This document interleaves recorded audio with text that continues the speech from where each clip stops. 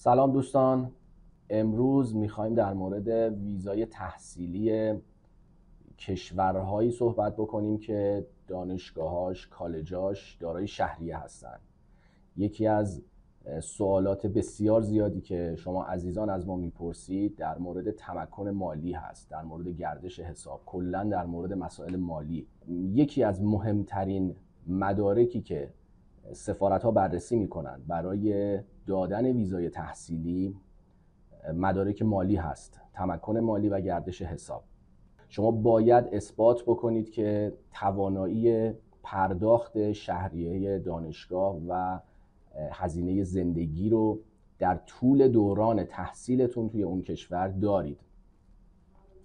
خیلی از دوستان به ما میگن من شهریه دانشگاه مثال میزنم $30,000 هست و نامه تمکنی آوردم به مبلغ $30,000 یا حالا $35,000.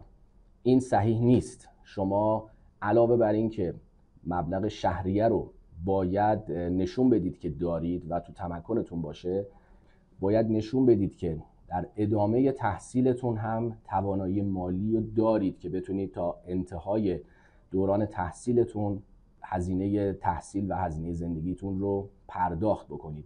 مثال میزنم، دانشجویی که برای دوره کارشناسی میخواد کشوری بره که دانشگاهش دارای شهریه هست، علاوه بر این که سال اول رو مبلغ شهریه و علاوه هزینه زندگی رو باید پرداخت بکنه و باید نشون بده که این مبلغ تو تمکن مالیش وجود داره، سالهای بعد رو هم به سفارت نشون بده که میتونه پرداخت بکنه.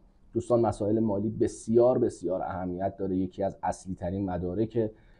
با ما همراه باشید با ویدیوهای دیگه تا در مورد بقیه مدارک ویزا هم بتونیم با هم صحبت بکنیم.